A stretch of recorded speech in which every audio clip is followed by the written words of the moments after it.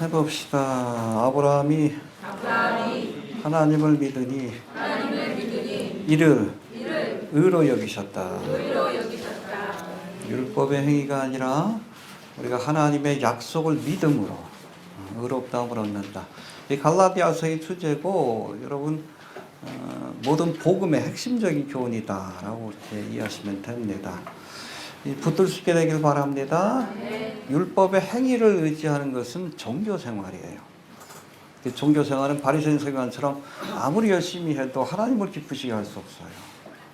결국에는 열심히 믿고 지옥 가는 겁니다.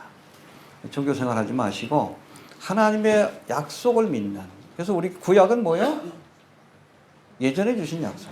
예수님 이전에. 신약은 새롭게 주신 약속. 믿음이란 무엇인가? 그냥 무조건 믿으면 안 돼. 뭘 믿어야 돼? 하나님의 약속을 믿는 겁니다. 할렐루야.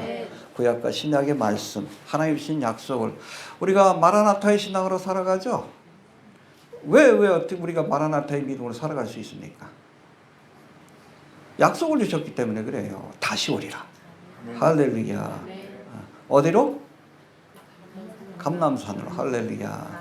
그 전에 공중재림의 사건이 있다라고 약속하셨으니까 그 약속을 믿고 우리가 마라나타, 아멘 주 예수여 오시옵소서. 할렐루야. 얼마 안 남은 것 같죠? 네타냐후가 전쟁을 끝낼 그 생각이 없는 것 같아. 보면 쌓고 지금 헤즈볼라하고 또 교전하고 또 아마 요번에 그 트럼프가 되면 트럼프가 지금 지지율이 더 높아요 바이든보다. 아마 트럼프가 모른 척할 가능성이 커요. 이란 핵시설 치는 거 그냥 퍼미트할 가능성이 큽니다. 그렇게 되면 고가마법 전쟁의 단초가 될 가능성이 큽니다. 하여튼 국제 정세가 참 아주 좀 희한하게 돌아가요. 희한하게 돌아가. 아무튼 뛰어 있읍시다. 어떤 그 유대인 랍비인데 유명한 랍비인데 그 사람이 뭐 트럼프가 이게 하나님의 트럼프다 나팔이다 이건 조금 아닌 것 같긴 한데 여하튼 고레스왕과 같은 역할을 하지 않겠는가 뭐 그렇게 예측하는 분들도 계셔요. 근데 아마 이번에 재선되면 중동의 상황이 지금의 상황하고 조금 바뀌게 될 거예요. 지금 교착 상태죠? 교착 상태라서 그 바이든은 계속 말리고 있고 네타냐후는 전쟁 끝나면 그 감옥 가야 돼. 나 같아도 그냥 저거 하지. 호랑이 등에 탄 거예요. 내려오면 감옥 가는 겁니다. 그러니까 전쟁을 지속하고 싶은데 어찌됐든 연말까지는 이 상태가 계속되다가 아마 그 트럼프가 재선이 되게 되면 모른 척할 것 같아. 이스라엘 이란을 칠 때 모른 척하게 되면 중동의 상황이 아주 급변하게 될 가능성이 큽니다.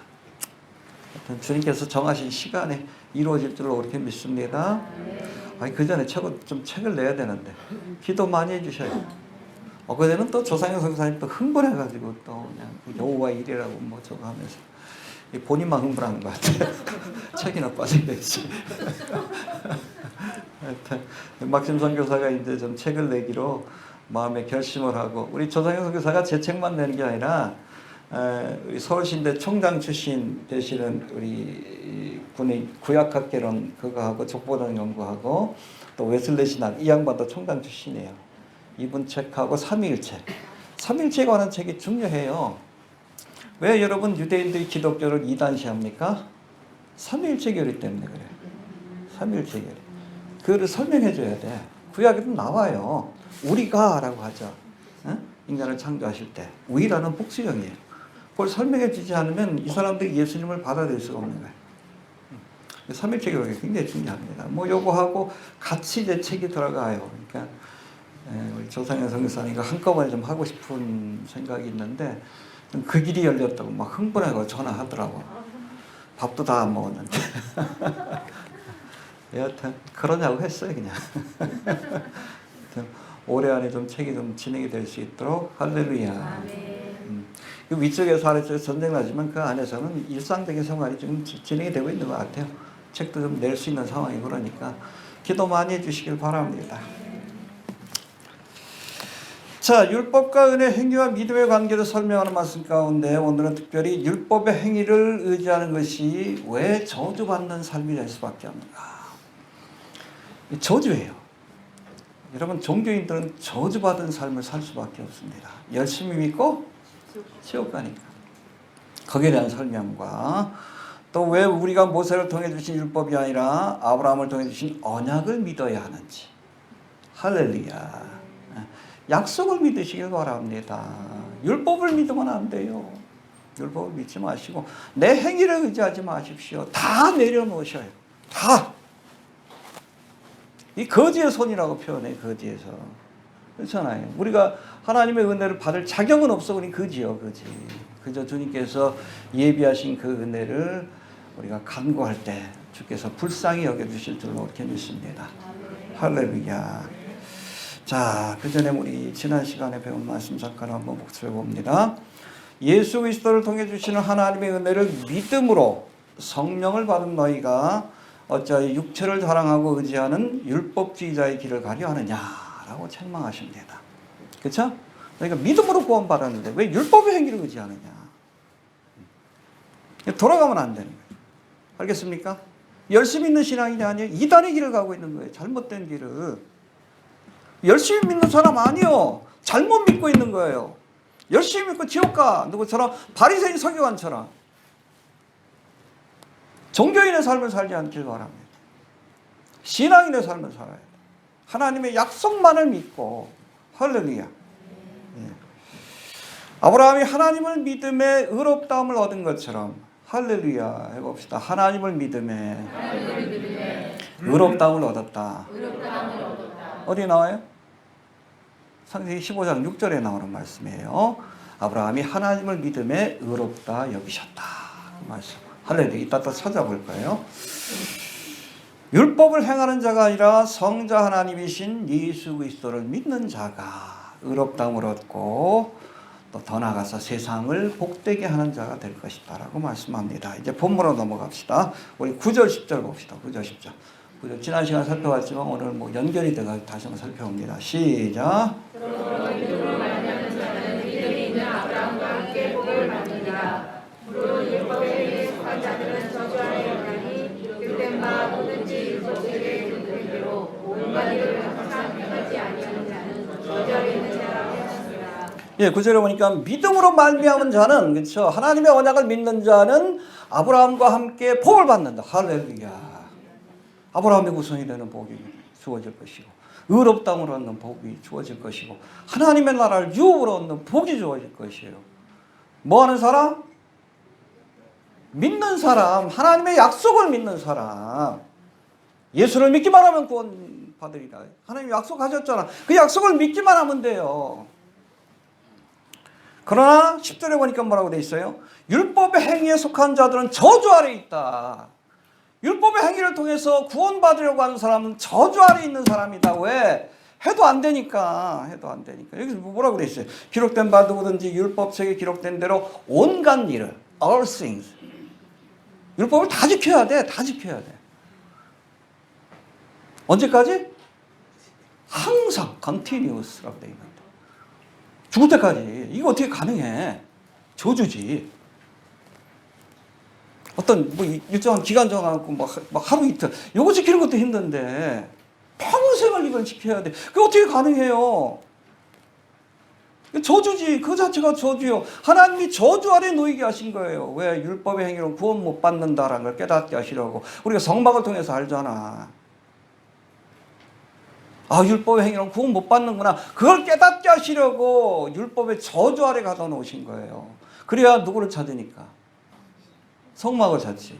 예수님을 찾으니까. 이해가 되시죠? 뭐 다음 시간에 또 설명할 내용이죠. 해봅시다. 온갖 일을 항상 행해야. 그렇죠. 그래야 구원을 받는 거예요. 그게 어떻게 가능해? 사도 바울이 얘기했잖아요. 오라 나는 곤고한 사람이다. 그 불가능한 걸 알기 때문에 그래요. 자, 우리 10절에서 언급하는 저주는 특별히 하나님의 저주를 의미합니다. 해봅시다. 하나님의 저주를 받는다. 하나님의 저주를 받는다. 사탄이 주는 저주도 있어요. 무당들도 막 저주하잖아. 뭐 살을 날린다고 표현하지. 성도들은 걱정할 필요 없어요. 우리 안에 계신 분이 더 강합니다. 신경 쓸 것도 없어. 웃기네 그러면 돼. 사람의 저주도 있어. 까닭 없이 저주하지 말라 그랬어요. 까닭 없이 저주하면 그 저주가 나한테 돌아온다라고 했어요. 인터넷상에서도 자꾸 좀 뭐 까닭 없이 저주하는 사람이 있어. 또 백씨. 있어요. 그런 사람이 있어. 걱정스러워. 계속 그를 통해서 뭐 저주의 말을 쏟아내. 그 본인한테 돌아가요. 잘못하면. 이 까닭 없는 저주는 그렇죠. 이유가 있으면은 그 저주가 그 사람에게 돌아갈 수 있어요. 그러나 함부로 사람을 이유 없이 저주하게 되면 그 저주가 누구에게 돌아가? 본인한테. 근데 오늘 본문에서 말하는 것은 이게 사탄의 저주도 아니고 귀신의 저주도 아니고 사람의 저주도 아니라 하나님의 저주입니다. 하나님은 저주하십니다. 이상해? 저주하시는 하나님이시. 알겠습니까? 예. 여러분 창세기 2장에 하나님이 인간들에게 저주를 선포하시는 말씀이 나와요. 2장 17절 찾아보세요.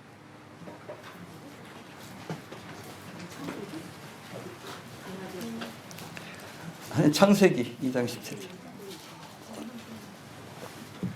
찾아보라고 합시다. 저주에 관한 최초의 말씀인데 봅시다. 2장 16절 17절 봅시다. 시작.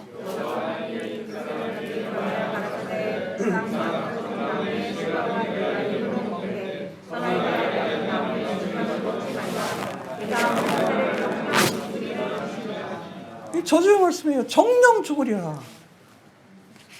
근데 이 말씀을 듣지 않고 선악과를 먹으니까 죽었지. 저주가 임한 겁니다. 하나님 축복만 말씀하시지 않아요? 저주의 하나님이신 것을 기억할 수 있게 되길 바랍니다.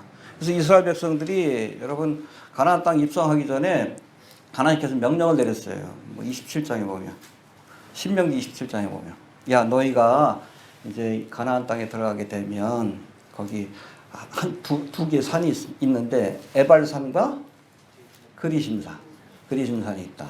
그래서 그리심산에서는 축복을 선포하고 에발산에는 저주를 선포한. 세겜 땅이에요. 세겜성.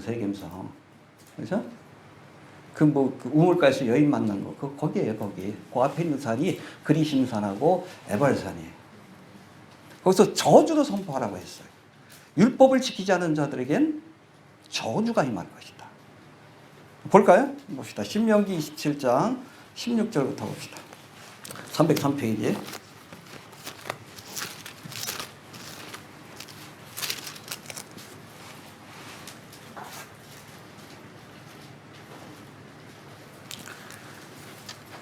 봅시다. 16절부터 봅시다. 16절. 그 에발산에다가 너희가 율법의 말씀을 이렇게 적어놓고 돌에다가 회를 칠해가지고 거기다 율법의 말씀을 적어놓고 그것을 읽으면서 이스라엘 백성들이 그 말씀에 아멘하라고 이렇게 명령을 내리십니다. 16절 한번 봅시다. 시작.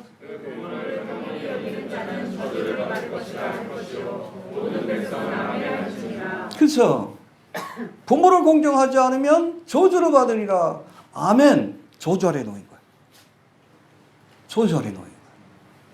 그 다음에 17절 봅시다. 시작. 그 일세 시립으로 옮기는 자는 저주를 받을 것이라 할 것이요 모든 백성은 아멘을 지니라. 예, 저주 아래 놓인 거예요. 그렇죠? 18절 봅시다. 시작. 수명으로 길을 피하는 자는 저주를 받을 것이라 할 것이요 모든 백성은 아멘을 지니라. 19절.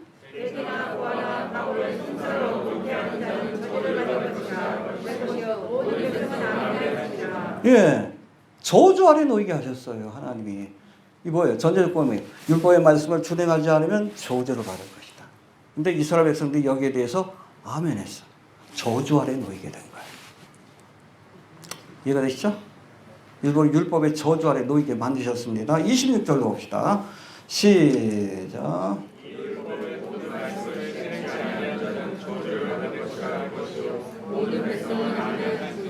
그렇죠. 이 모든 말씀을 실행치 아니하는 자는 저주를 받을 것이라. 사실은 저주 아래 놓인 거지. 어떻게 이걸 다 실행해?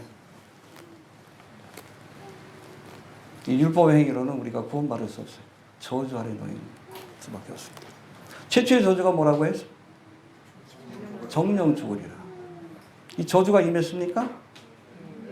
임했지. 선악과를 먹음으로.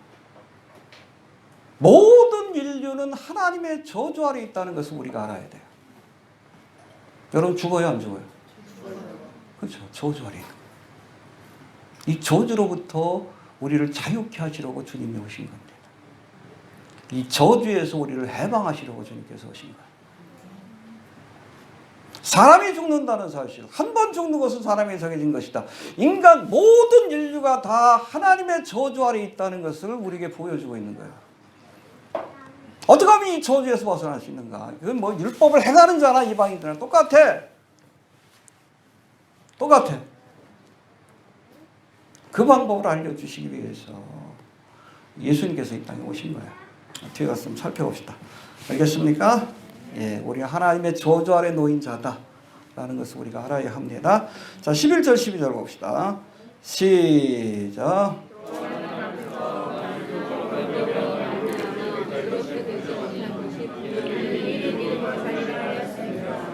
율법은 믿음에서 나는 것이 아니라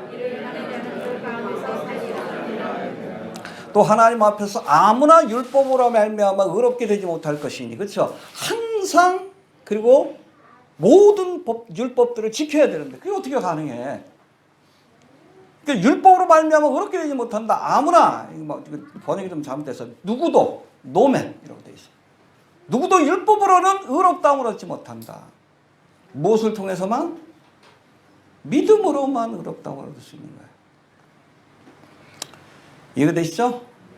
예. 사실은 여러분 율법을 아는 유대인들도 저주 아래 있는 거예요. 왜? 이걸 항상 행할 수 없기 때문에. 그렇죠? 율법을 모르는 이방인들도 저주 아래 있는 거예요. 양심의 법. 양심의 법이 우리로 하여금 우리가 죄인인 것을 깨닫게 해줍니다. 근데 이 죄의 문제로부터 해결될 방법이 없어. 저주 아래 놓인 거지. 스스로의 노력으로는 이 죄로부터 자유함을 얻을 수 없어요. 이게 저주 아래 놓인 거예요. 일부러 그렇게 저주 아래 놓이게 하신 겁니다. 왜? 하나님의 은혜와 약속을 바라보게 하기 위한 거예요. 이해가 되시죠? 네. 로마서 2장 12절 13절에서도 여기에 대한 말씀이 나오는데, 물론 율법 없이 범죄한 자는 또한 율법 없이 망하고, 물론 율법이 있고 범죄한 자는 율법으로 말미암아 심판을 받으리라. 그렇죠? 율법을 모르는 이방인들도, 그렇죠? 하나님 앞에 죄인인 거로 이 저주로부터 자유함을 얻을 수 없고, 또 율법을 알지만 그러나 그것을 행할 수 없는 유대인들도 결국에는 하나님의 저주 아래 놓인 자들이다 라고 말씀하고 있는 겁니다. 알겠습니까? 예. 의인은 없나니? 예. 자, 13절 넘어갑시다. 시작.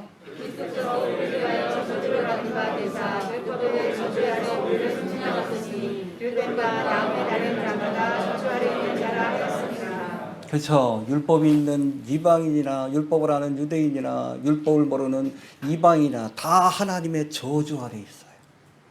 그 확실한 증거가 뭡니까? 모든 사람이 그렇죠. 죄에 sat은 사망입니다. 저주 아래 놓였다는 것을 분명히 선포하셨어요. 근데 이 저주로부터 우리를 구원하시기 위해서 예수님이 오신 겁니다. 할렐루야. 그래서 그리스도께서 우리를 위하여 저주를 받은 바 되사 우리를 대신해서 저주를 받으셨다는 거예요. 어디에서? 그렇죠. 나무에 달린 자마다 저주 아래 있는 자라. 십자가에서 우리를 대신해서 저주를 받으심으로 우리를 속량하셨다. 할렐루야. 이 속량이라는 단어가 엑세고라센이라고 되어 있는데 해봅시다. 엑세고라센. 영어로는 리디임이라고 되어 있습니다. 그리고 해석해보면은 이것은 값을 지르고 사다, 되돌려 사다, 페이백이라는 뜻을 갖고 있어요. 해봅시다. 값을 치르고 사다. 예. 일반적으로는 노예였던 사람이, 그렇죠. 일평생 노예에서 벗어날 수 있는 방법이 딱 한 가지. 자기 몸값을 벌어가지고 주인에게 사는 거예요. 아니면 누군가가 이 사람에게 몸값을 지불하고 대신 지불하고 자유를 주는 거예요. 이게 리딤이에요. 속량이라는 뜻입니다. 알겠습니까? 바로 예수님이 우리를 속량하시기 위해, 그렇죠? 우리를 리딤하시기 위해, 원래는 죄의 노예, 율법과 저주 아래 갇혀있던 우리를 예수님께서 자유케 하시려고 속량하신 거예요. 값을 치른 거예요. 어디에서? 십자가에서 대신 저주를 받으신 거예요. 테텔레스타이, 다 치루었다. 값을 치루었다는 얘기입니다. 죄의 값을 다 치러주신 거예요. 그래서 우리에게 자유를 주셨다. 죄와 사망의 권세로부터 벗어나서 하나님의 자녀로서 살아갈 수 있는 자유를 주셨다. 할렐루야. 주님께서 속량이 되셨습니다. 핵심이에요. 요전의 말씀을 할 수 있어요. 알겠습니까?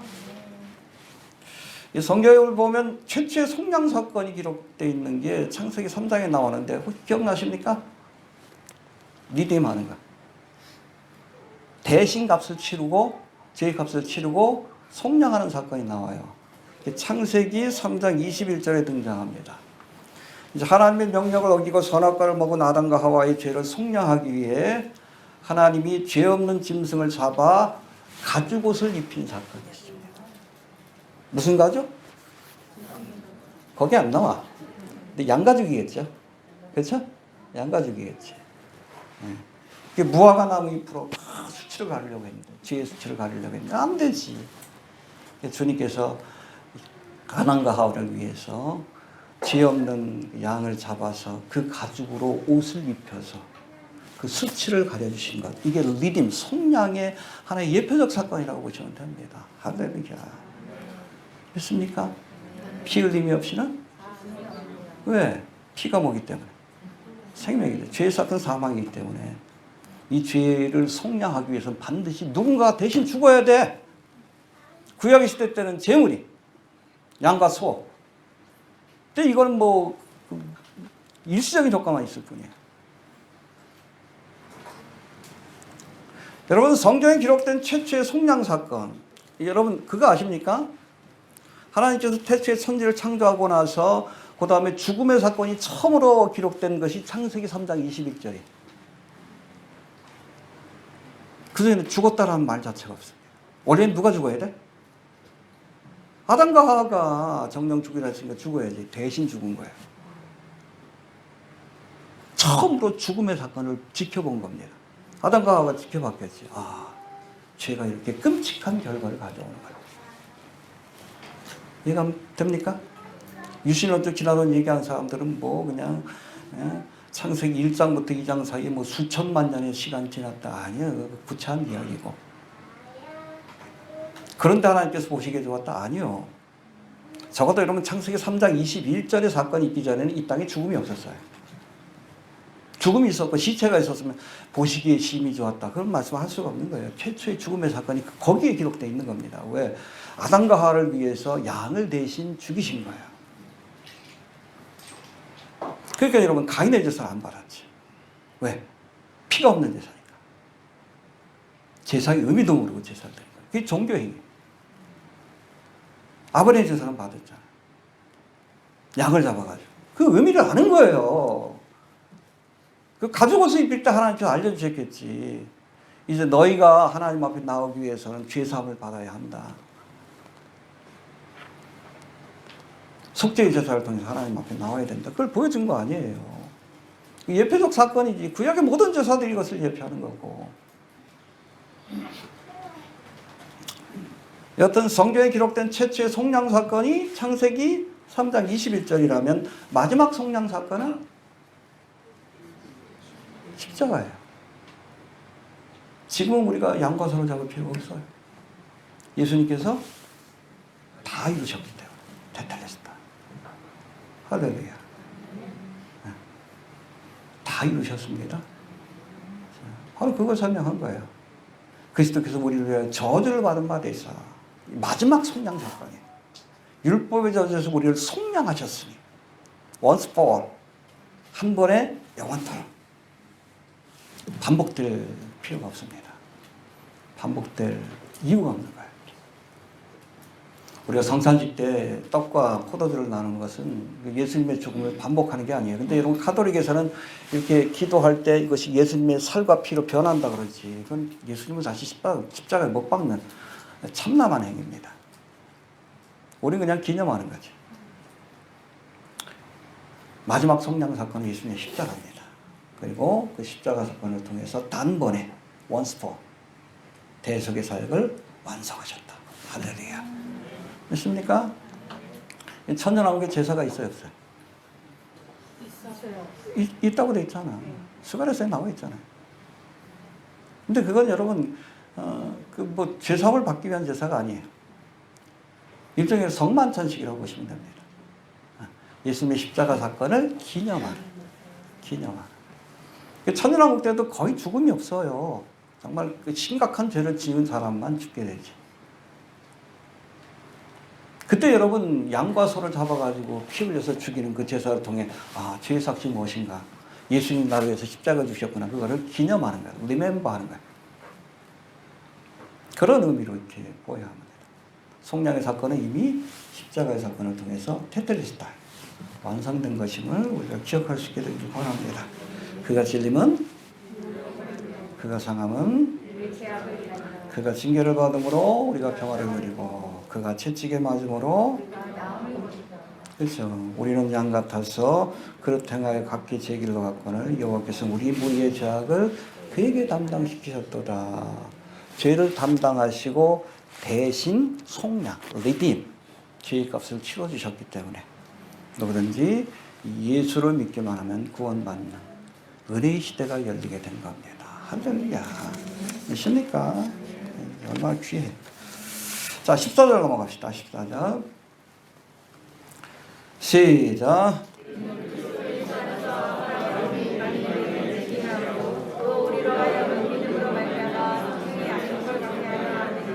예, 13절하고 연결되어 있어요. 그리스도께서 우리를 위하여 저주를 받으사 십자가에 달리신 것은 그리스도 예수 안에서 아브라함의 복이 구체적으로 뭐예요?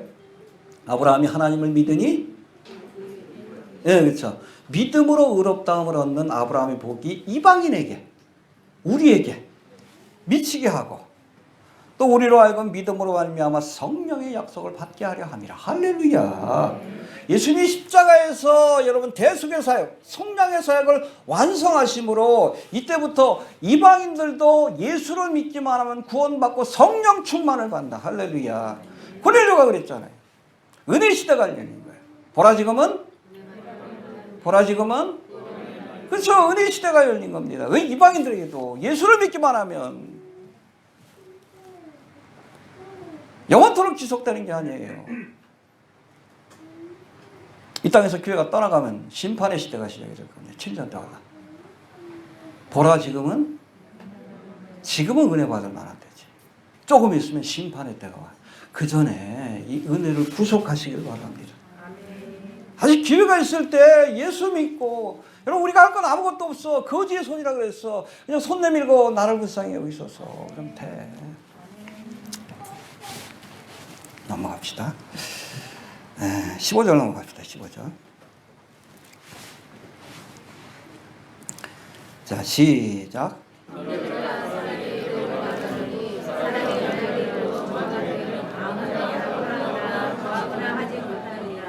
예, 10절부터 14절까지가 우리가 읽은 것 율법과 저주에 관한 말씀입니다. 율법의 행위를 의지하는 사람들은 저주 아래 있다.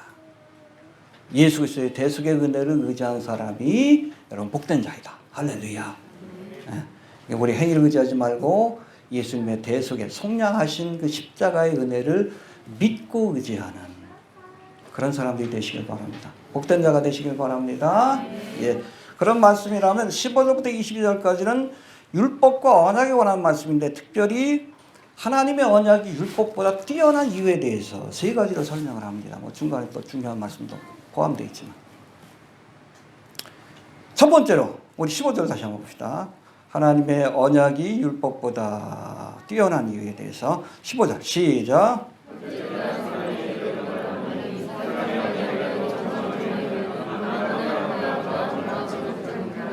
이 사람의 언약, 사람 사이 계약을 맺잖아, 그렇잖아요. 전세 계약을 맺든 매매 계약을 맺든 근데 정한 후에는 아무나 패하거나 더하거나 못해. 이 계약 위반하면 큰일 나요. 쇠고랑 차. 이해가 되시죠? 그거예요.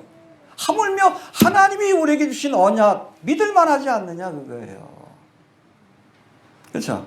사람 사이에 맺은 커비넌트 이 계약도 믿을 만한데 하나님이 우리에게 주신 언약이라 얼마나 더 믿을 만하겠느냐. 할렐루야. 믿습니까? 하나님의 언약을 우리가 믿을 수 있는 이유가 뭐예요? 두 가지에 대해서 우리 히브리서 6장에서 말씀하는데 좀 찾아봅시다. 우리가 하나님의 언약을 믿어야 되는 이유 6장 13절부터 봅시다. 13절 358페이지.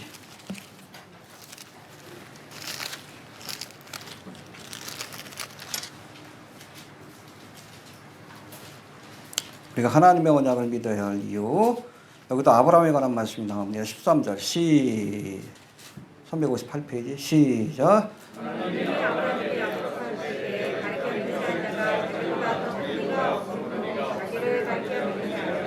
예, 그렇죠. 하나님이 맹세하여 언약을 주셨다는 거예요. 맹세하여. 맹세라는 말씀이 계속 반복됩니다. 14절 시작.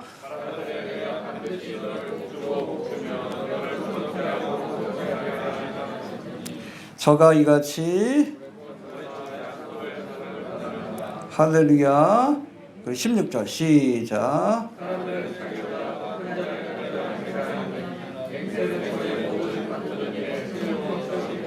그렇죠. 맹세는 모든 일의 마지막이라고 했는데 하나님이 맹세하여 우리에게 언약을 주셨다. 예수님도 말씀 주실 때 뭐라고 합니까? 내가 아멘 아멘 레고스예요. 내가 진실로, 이게 맹세예요. 진실로가 아멘이라는 뜻입니다. 아멘 아멘 레고스. 진실로 진실로 너희에게 말하는 맹세하면서 주신 거예요. 그 표현들이 많이 나와요. 요한복음에 특별히. 내가 아멘 아멘 레고스. 맹세하시는 겁니다. 이 언약을 믿으라고. 하나님도 맹세하면서 아브라함에게 약속을 주셨다. 할렐루야. 예. 자, 17절 시작.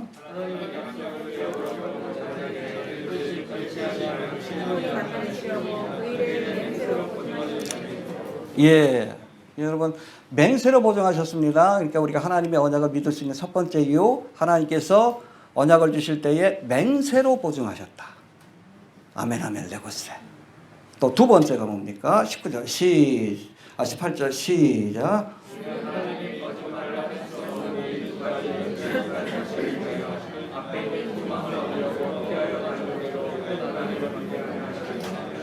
예. 두 번째는 뭐예요? 하나님이 거짓말을 못해. 하나님 진리이신데. 하나님 다른 건 다 하는데 거짓말을 못해. 거짓말 잘하는 애가 있지. 누구예요? 서탄마귀지. 거짓사비. 성경에 보면 참 재미난 표현이 나와요. 예? 그 서탄마귀의 네이티브 랭귀지가 모국어가 거짓말이라고 이렇게 표현합니다. 입만 벌리면 거짓말이야. 누구처럼. 입만 벌리면 구라야. 기름 나온다고 그러고. 입만 벌리면 구라야. 거짓이에요. 거짓. 근데 하나님은 거짓말을 못해요. 진리이시기 때문에. 그래서 하나님의 주신 약속은 트러스워디. 믿을 만합니다. 사람의 말은 믿지 못해. 계약했다가도 파기되는 경우가 얼마나 많아. 이중 계약하고. 근데 하나님은 그런 분이 아니에요. 하나님 거짓말을 못해요. 근데 하나님의 약속을 믿는 것은 헛되지 않습니다. 하나님 뭐라고 약속했어요? 믿으면 의롭다함을 주겠다라고 약속하셨지. 할렐루야. 이 약속을 붙드는 거예요. 믿음은 여러분 하나님의 약속을 붙드는 겁니다. 무조건 믿지 말아요. 덮어놓고 믿지 말아. 성경 말씀을 펼쳐놓고 하나님의 약속이 무엇인가 믿습니까? 그냥 하지 말고 뭘 믿는지 성경을 봐야지 우리가 뭘 믿어야 되는지 알 거 아니에요. 우리가 아무리 믿음이 좋아도 하나님의 약속이 아닌 다른 것을 믿으면 어느 목사님이 그랬더라 뭐 누가 그랬더라 그 사람한테 가 그러죠. 하나님의 약속을 믿어야 책임을 지는 거예요. 반드시. 왜? 하나님은 거짓말을 못하고 맹세하여 주신 약속이기 때문에 신약과 구약 이 약속을 믿으시길 바랍니다. 우리가 그래서 하나님의 약속, 말씀을 깊이 있게 볼 때에 정말 우리의 삶이 풍성해져요. 약속을 알아요, 구할 거라니. 약속도 모르는데. 약속을 믿을 수 있게 되길 바랍니다. 그 약속 중에 가장 여러분 중요한 약속이 누구든지 예수를 믿기만 하면 구원을 주시리라. 할렐루야. 이게 굿뉴스 가스펠입니다. 믿으시길 바랍니다. 네. 자, 16절 넘어갑시다. 시작.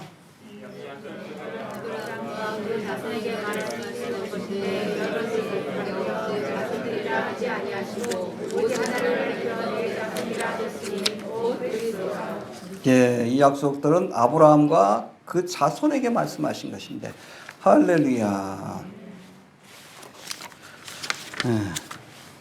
15절에 하나님 주신 언약은 믿을 만한 것임을 강조한 말씀이라면 16절은 구체적으로 하나님이 주신 언약이 실현되는 과정을 설명한 말씀인데, 여기서 사도 바울은 창세기 15장에서 아브라함에게 약속하신 후손이 곧 누구라고? 그리스도라고 설명하고 있어요. 그리스도라고. 창세기 15장에 보면 후손에 대한 약속을 주십니다. 그렇죠? 창세기 12장에서는 너로 큰 민족을 이루리라. 근데 그게 여러분 10년이 지나도록 이 언약이 성취될 기미가 안 보여. 창세기 15장에 가면 한 8년, 9년 됐을 텐데 이 아브라함이 실망해가지고 하나님이 쫙 나타나시니까 다시 그 언약을 맺으시기 위해서 아유 하나님 뭐 그러니까 난 자식도 없는데 이 엘리에셀이나 그냥 그 후사로 삼겠습니다. 그랬더니 하나님 뭐라고 해요? 아니야 엘리에셀이 아니라 내 몸에서 날 자가 내 후사가 되리라. 좀 읽어보고 갑시다. 창세기 15장. 이게 재미난 말씀입니다.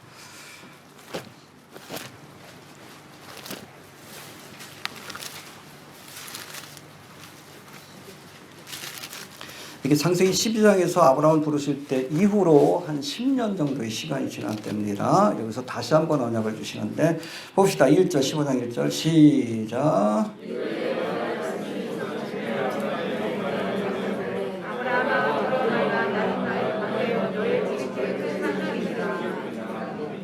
예, 하나님이 쫙 나타나니까 10년 만에 나타나신 거예요. 근데 아브라함의 태도가 어때요? 시큰둥해. 2절 봅시다. 시작.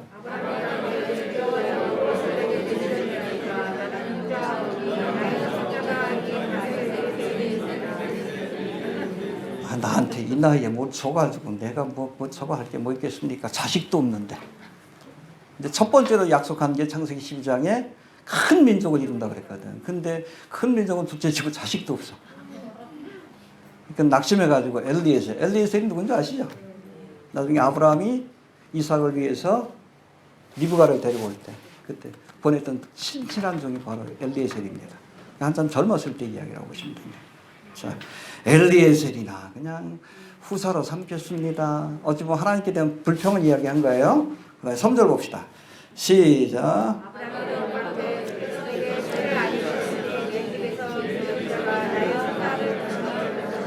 예, 여기 씨드라는 표현, 씨를 안 주셨으니, 우리 최정희 교수님이 구약학을 볼 때 이 씨로 풀어요. 하나님 주신 씨. 예, 여자의 후손, 씨드로 이렇게 표현하는데. 예, 씨를 안 주셨어요. 이거 누구예요? 궁극적으로 예수님을 의미합니다. 씨를 안 주셨으니 내 집에서 길려온 자가 나의 후사가 될 것이니이다. 그래서 뭐 자식도 없는데요. 뭐 엘리의 사람들은 그냥 대충 죽어 말죠. 그렇게 얘기한 거예요? 그랬더니 하나님께서 뭐라고 합니까? 4절 시작.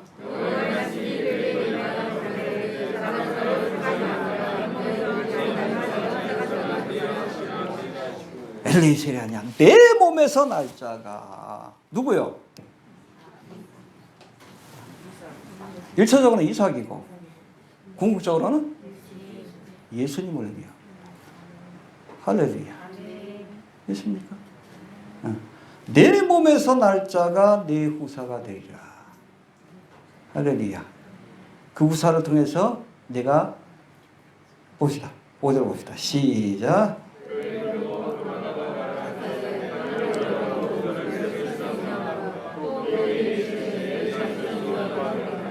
예, 내 몸에서 날 자. 그렇죠? 1차적으로는 우리 이삭이지만 궁극적으로 예수님입니다. 예수님을 통해서 내 후손이, 내 자손이, 우리도 아브라함의 후손입니다. 영적인 후손이에요. 육적인 후손은 이스라엘 사람이죠. 그렇죠? 하늘의 묵별과 같이 많아지리라. 할렐루야. 성취가 된 거. 됐습니까? 예. 그래. 그래서 6절의 말씀이 나온, 그러고 나서 6절의 말씀이 나온 거예요. 6절에. 그러고 나서 우리가 배경을 알아야 돼. 6절 봅시다. 시작. 그걸 믿은 거예요. 아브라함이. 때 80세가 넘었는데. 내 몸에서 날짜가 내 후사가 될 것이고 그를 통해서 내 자손이 하늘의 묵별과 같이 많아지리라. 그걸 믿었어. 그걸 믿었어. 믿을 수 있겠어요? 쉽지 않은 겁니다. 근데 그걸 믿었어. 하나님의 약속을 믿더니 하나님이 이것을 의로 여기신 겁니다. 할렐루야. 예. 말씀의 배경을 우리가 이해해야 합니다. 알겠습니까? 예. 아브라함에게 약속한 후사는 1차적으로 누구예요? 이삭. 이삭을 통해서 이스라엘 민족이 탄생을 하게 됩니다. 그리고 궁극적으로는 누굽니까? 예수 그리스도를 통해서 그 후손들이 믿음으로 아브라함의 후손된 자손들이 하늘의 묵별과 같이 많아지는. 그래서 우리도 여러분 아브라함의 후손인 겁니다. 할렐루야. 믿습니까? 예, 17절 봅시다. 17절.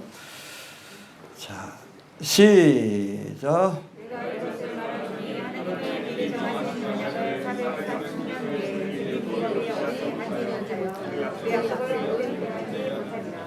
예, 우리가 15절에서도 우리가 하나님의 언약을 믿을 수 있는 이유에 대해서 설명했는데 여기서 다시 한번 반복합니다. 우리가 하나님의 언약, 율법이 아니라 하나님의 약속을 믿어야 하는 이유에 대해서 두 번째로 설명하는데, 내가 이것을 말하는 이 하나님의 미리 정하신 언약. 그렇죠? 이 언약은 누구에게 주신 거예요? 아브라함이 주신 거지. 창세기 15장 6절의 말씀. 오직 의인은 믿음으로 말미암아 살리라. 아브라함이 하나님을 믿음에 이를 의로써 여겼다. 그렇죠? 이 약속은 430년 후에 생긴 율법이 없이 하지 못하나니. 할렐루야. 430년 후에 생긴 율법. 이 430년 시간이 어떻게 계산된 겁니까?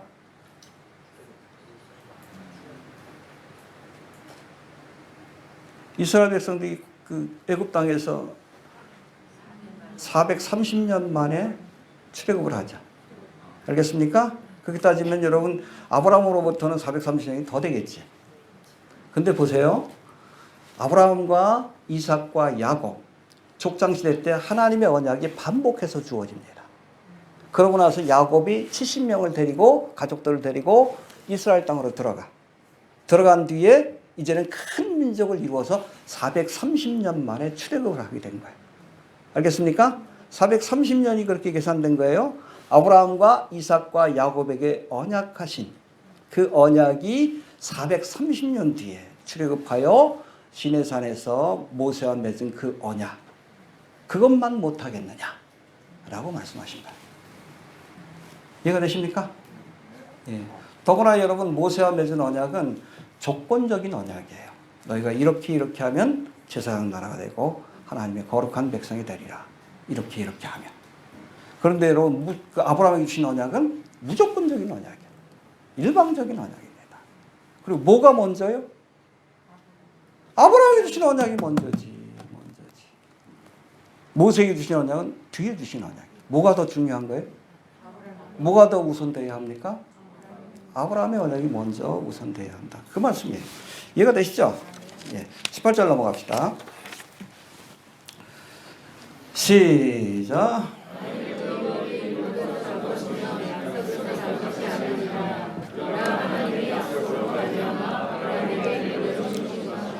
예, 여기서 유업은 inheritance라고 되어 있는데 1차적으로는 아브라함에게 약속하신 가나안 땅을 의미합니다. 가나안 땅. 아브라함이 주신 여러 가지 가운데 하나가 이 가나안 땅을 너에게 너와 네 후손에게 유업으로 주리라. 할렐루야. 그거예요. 가나안 땅을 의미하지만 궁극적으로는 믿음으로 아브라함의 후손된 모든 성도들이 들어가게 될 영적인 가나안 땅. 하나님의 나라를 의미합니다. 할렐루야. 그 유업이 율법에서 난 것이면 약속에서 난 것이 아니라, 이 말씀은 우리가 하나님의 나라를 유업으로 얻기 위해선 율법의 행위를 의지하지 말고 하나님의 약속을 의지해야 한다. 그렇죠? 하나님을 믿는 자에게 이 가나안 땅을 주시리라, 천국을 주시리라, 하나님의 나라를 주시리라는 그 약속을 의지해야 된다는 겁니다. 믿습니까? 잘 들으세요. 이스라엘 백성들이 아브라함과 이삭과 야곱에게 주셨던 그 약속을 믿고 약속을 붙든 겁니다. 뭐라고 약속했어? 가나안 땅을 너와 네 후손에게 주리라. 그 약속을 붙들었어요. 430년 만에 애굽 땅을 빠져나와서 가나안 땅을 유업으로 얻었습니다. 뭘 믿고? 아브라함에게 주셨던 약속을 믿고 가나안 땅에 들어간 거예요. 너와 내 후손에게 주리라. 약속을 믿고 들어간 거예요. 율법을 행함으로 들어간 게 아니에요. 전혀 상관없어. 약속을 믿고 가나안 땅에 들어가서 이 가나안 땅을 유업으로 얻은 것처럼 마찬가지로 믿음으로 아브라함의 후손된 우리도 날마다 하나님 주신 약속을 믿고 따라가다 보면 하나님의 나라를 유업으로 얻게 될 줄로 이렇게 믿으시길 바랍니다. 간단하죠. 예. 이스라엘 백성들이 아브라함이 주셨던 약속을 믿고 율법을 행함으로가 아니에요. 믿고 가나안 땅에 들어가 그 땅을 유업으로 받은 것처럼 우리도 하나님 주신 약속을 믿고 하나님을 따라가다 보면 언젠가는 하나님의 나라를 유업으로 얻게 될 줄로 이렇게 믿으시길 바랍니다. 19절 봅시다. 19절. 시작.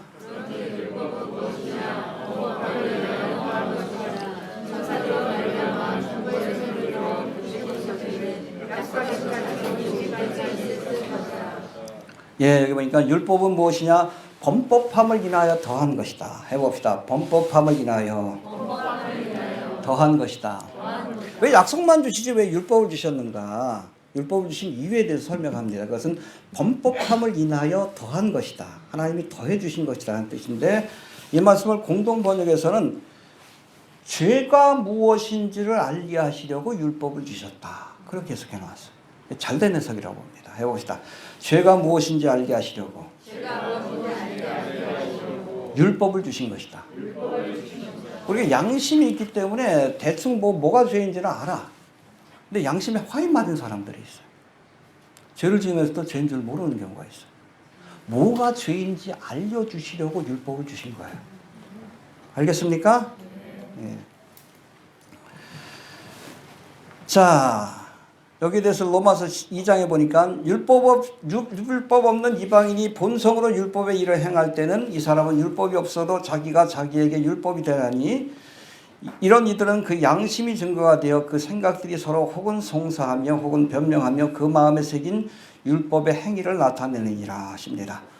율법 없는 이방인을 할지라도 양심의 법을 따라서 자신이 하나님 앞에서 죄인인 것을 깨달을 수도 있지만 그러나 죄를 분명히 규정한 율법의 말씀을 통해 내가 왜 죄인인지를 구체적으로 알 수 있게 되었다는 겁니다. 할렐루야.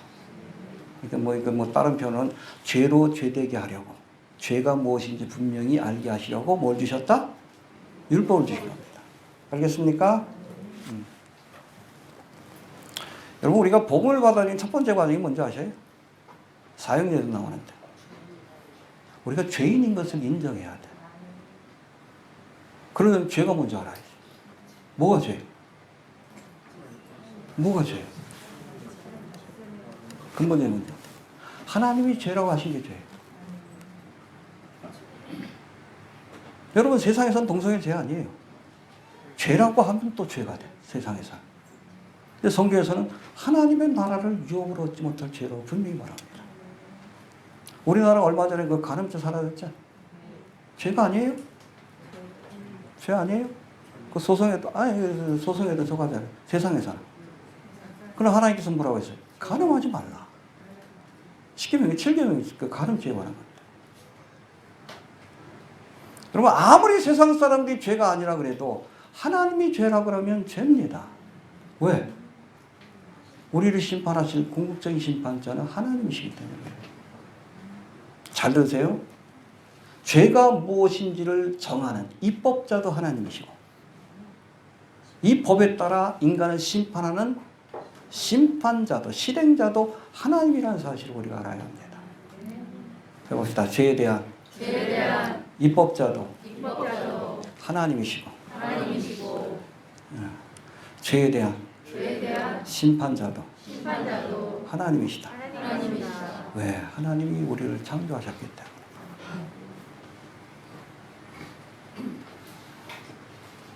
하나님의 법을 따라 살아야 합니다. 알겠습니까? 예. 아무튼 이 복음을 받아들이기 위한 첫 번째 단계가 죄를 깨닫고 인정하는 것인데, 내가 죄인이라는 사실을 인정하지 않으면 내 죄를 대신해서 십자가를 지신 예수님을 우리가 영접할 수가 없는 거예요. 그렇잖아요. 그 스스로 생각, 난 죄인 아닌데 그런 사람들 어떻게 전도해? 예수님이 나를 위해서 십자가 지셨어. 그거 어떻게 저거 얘기를 해? 그 죄인인 것을 깨닫게 하시려고 율법을 주신 거예요. 살인하지 말라. 그걸 통해서 살인이 죄구나. 간음하지 말라. 간음이 죄구나.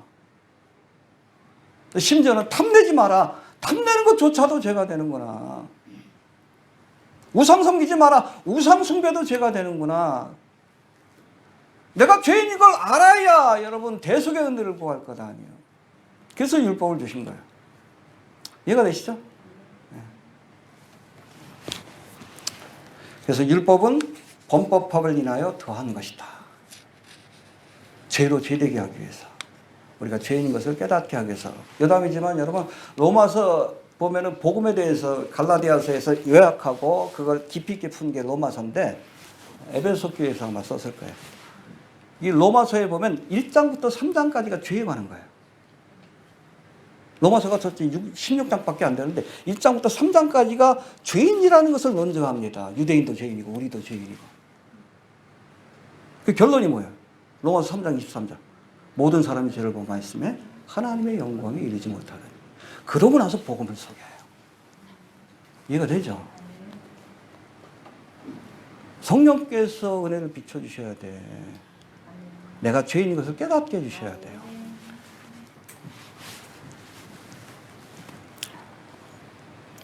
자, 그 다음에 19절 20절 봅시다. 19절 20절. 시작.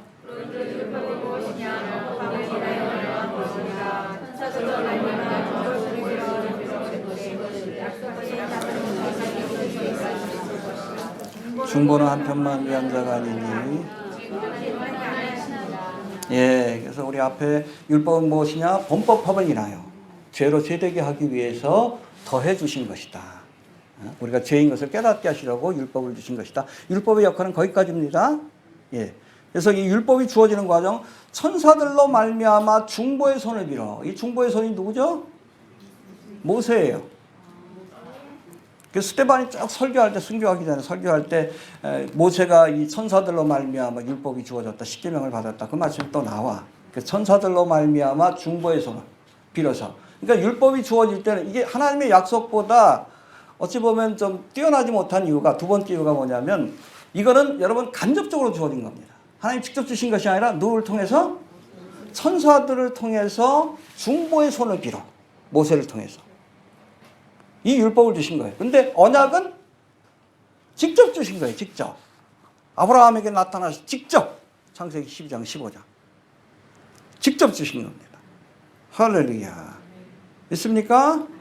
예. 그리고 또 19절에 재미난 말씀이 있는데, 천사들로 말미암아 중보의 손을 빌어 주신 것인데 언제까지? 약속하신 자손이 누구예요? 예수님이 오실 때까지만 유효한 겁니다. 율법의 유효기간. 시내산에서 예수님이 오실 때까지. 구체적으로는 테텔레스타이 할 때까지. 그때까지만 율법의 유통기한이 이미 끝난 거예요. 그러니까 지금 율법의 시대가 아니라 은혜의 시대예요. 이해가 되시죠? 누구든지 예수를 믿기만 하면 구원을 받을 수 있다. 은혜의 시대가 열린 겁니다. 알겠습니까? 유통기한이 있습니다. 어디까지? 언약의 자손이 올 때까지. 예수님이 오실 때까지. 그때만 율법의 시대고, 지금은 보라, 지금 은혜 받을 만할 때요 구원의 날이로다. 예수 그리스도를 통해서 우리가 율법의 저주에서 자유함을 얻는 속량되는 은혜의 시대가 열렸음을 기억할 수 있게 되길 바랍니다. 자, 그래서 아무튼 약속하신 자손이 오시기까지 있을 것이라 했는데 예수님이 오시고 나서는 옛 언약이 아닌, 옛 언약이 뭐예요? 모세를 통해서 주신 언약, 그렇죠? 율법입니다. 새 언약을 맺습니다. 어디에서? 누가복음 22장에 보니까 어디에서? 마가다락방에서. 그렇죠? 옛 언약을 폐하시고 새 언약을 맺어요. 뭐라고 말씀하십니까? 또 떡을 가져 살해하시고 떼어 저희에게 주시며 가라사대 이것은 너희를 위하여 주는 내 몸이라. 너희가 이를 행하여 나를 기능하라 하시고 저녁 먹은 후에 잔도 이와 같이 하여 가라사대 이 잔은 내 피로 세우는 새 언약이니. 할렐루야. 그러니까 새 언약이 주어질 때까지만 옛 언약이 유효기간을 갖고 있는 겁니다. 끝났어요 이미? 지금 은혜의 시대입니다. 할렐루야. 됐습니까? 자, 그리고 마지막으로 21절 22절 보고 마칩시다. 21절 22절 시작.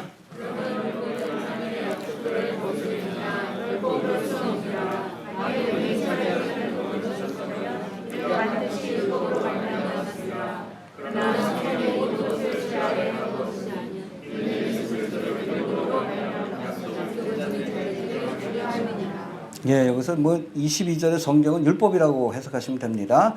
율법이 모든 것을 죄 아래 가두었다. 그래서 우리로 하여금 예수 그리스도를 믿도록 인도하고 있다. 할렐루야. 믿습니까? 여기 보니까 율법은 하나님의 약속들을 거스르지 않는다라고 말씀합니다. 해봅시다. 율법은 하나님의 약속들을 거스르지 않는다. 여러분 잘 들으세요. 비록 율법이 우리를 능히 살게 하지는 못하지만 우리가 죄인이라는 사실을 깨닫게 하고 그 결과 하나님의 약속을 믿고 의지하도록 만드니 충분히 그 역할이 있다라고 말씀하고 있는 겁니다. 할렐루야. 그래서 뭐 거기에 대한 설명 22절에 나와요. 율법이 모든 것을 죄 아래 가두었으니 이는 우리가 율법의 행위가 아니라 예수 그리스도를 믿게 하기 위한 것이다. 할렐루야. 그 구체적인 내용은 다음 시간에 살펴봅니다. 그래서 뭐 다음 시간에 보면 율법이 우리를 예수님께로 인도하는 몽학선생이다. 또 율법이 우리가 하나님의 양자로서 그렇게 인정받기까지 후견인의 역할을 한다. 그런 말씀이 나오는데 그건 뭐 다음 시간에 한번 살펴봅시다. 알겠습니까? 다음 시간도 재밌어요. 굉장히 공부하면서 새롭게 알게 됐는데 다음 시간에 좀 살펴봅시다. 자, 정리합니다. 그리스도께서 우리를 위하여 저주를 받은 바 되사 율법의 저주에서 우리를 속량하셨다라고 말씀합니다. 그리스도 예수 안에서 아브라함의 복, 믿음으로 의롭다함을 얻는 복이 우리에게 임한 것이고 그 징표로 뭘 주신다? 성령을 주신다라고 말씀합니다. 사람의 언약이라도 정한 후에는 아무나 폐하지 못하고 또 거짓말을 하실 수 없는 하나님이 율법을 주시기 430년 전에 주신 언약의 말씀이기에 우리가 율법이 아닌 믿음으로 의롭다함을 얻는다 하신 하나님의 언약을 트러스트워디, 믿을 만한 것입니다. 율법의 행위를 의지하지 말고 하나님이 주신 은혜를, 약속을 의지하는 우리 성도가 좀 되시길 바랍니다. 네, 알겠습니까? 예수님이 십자가에서 이루신 대속의 사역, 성량의 사역을 의지하는 그런 성도가 좀 될 수 있길 바랍니다. 주신 말씀 붙들고 기도합니다. 하나님, 죄와 허물로 인해서 죽을 수밖에 없는 율법의 저주 아래 그렇게 멸망이 일어날 수밖에